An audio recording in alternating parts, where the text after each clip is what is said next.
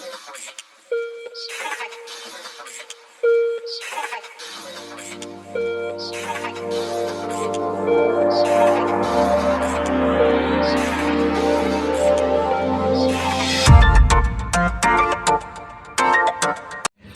Guys, this is তুষার। চলুন দেখে নিই আজকে সেরা 5টি romantic movies. Could be kind of fun. আমাদের 5 নম্বর মুভিটি হচ্ছে এনিওয়ান বাট ইউ। মুভির কাহিনী হচ্ছে হিরো হিরোইনের একসাথে কখনো বনে না। তারা যে পার্টিতে বিয়ে শাদিতে যায় সেখানে তাদেরকে আবার তাদের এক্সের সাথে মিল করে দেওয়ার চেষ্টা করা হয়। তাই তারা জাস্ট নিজেদের মধ্যে বাহানা করেছে তাদের মধ্যে প্রেম আছে, সো তারা পুরনো এক্সের সাথে যাবে না। তো এটা অ্যাক্টিং করতে করতে লাস্ট পর্যায়ে গিয়ে কী হয় সেটা আপনারা মুভিটি দেখলেই বুঝতে পারবেন। একদম জোস একটা মুভি।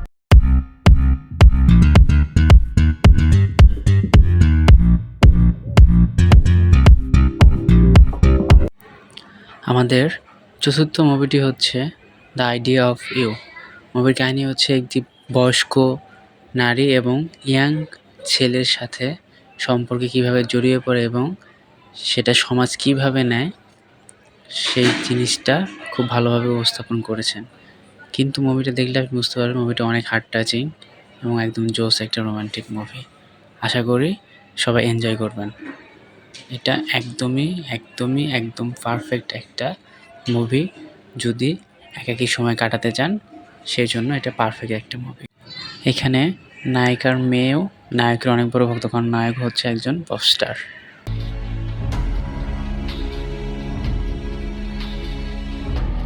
আমাদের পরবর্তী মুভিটি 3 নম্বর কাউন্টডাউনে যেটা আছে সেটার নাম হচ্ছে দ্য নোটবুক। মুভিটি হচ্ছে অনেকই সুন্দর একটা হার্ট টাচিং মুভি, যেখানে একটা হায়ার ক্লাস মেয়ের সাথে লোয়ার ক্লাস ছেলের রিলেশনশিপ কীভাবে হয় এবং এটার মধ্যে কী কী ধরনের ঝামেলাগুলো আসে। আর এটা হচ্ছে প্রথম বিশ্বযুদ্ধের কাহিনীর মধ্যে যে প্রেমগুলো ভেসে উঠেছে সেগুলোকে ফুটিয়ে তোলার চেষ্টা করা হয়েছে এবং দৃশ্যগুলো একদম জোস। আপনারা চাইলে এটা ট্রাই করতে পারেন।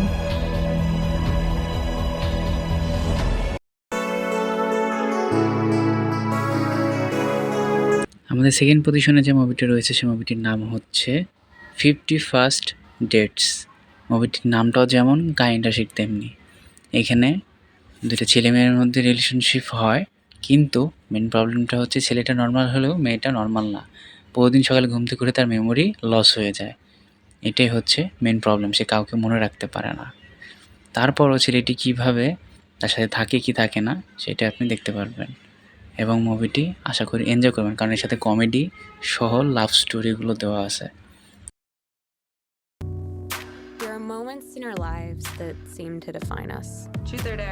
এবং আমাদের ফার্স্ট যে মুভিটি সেই মুভিটির নাম হচ্ছে আফটার।